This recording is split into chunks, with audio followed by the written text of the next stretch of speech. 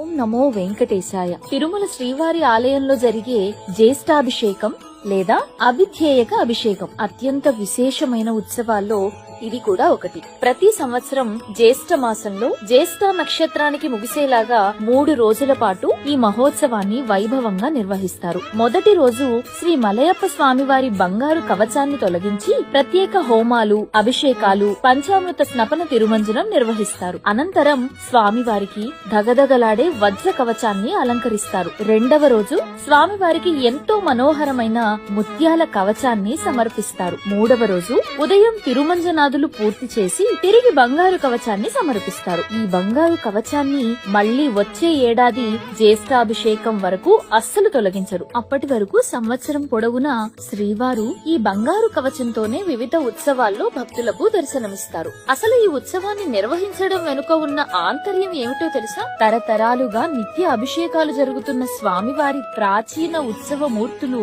అరిగిపోకుండా వాటిని జాగ్రత్తగా పరిరక్షించేందుకే పెద్దలు ఈ జ్యేష్ఠాభిషేకాన్ని ఆచరణలోకి తెచ్చారు. ఈ ఏడాది జూన్ 26 నుంచి 28వ తేదీ వరకు తిరుమల శ్రీవారి ఆలయంలో సాలకట్ల జ్యేష్ఠాభిషేకం జరగనుంది. ఈ ఉత్సవాన్ని పురస్కరించుకుని జూన్ 28న జరగాల్సిన కళ్యాణోత్సవం, ఊంజల సేవ, ఆర్జిత బ్రహ్మోత్సవ సేవలను టీటీడీ రద్దు చేసింది. ఓం నమో వెంకటేశాయ.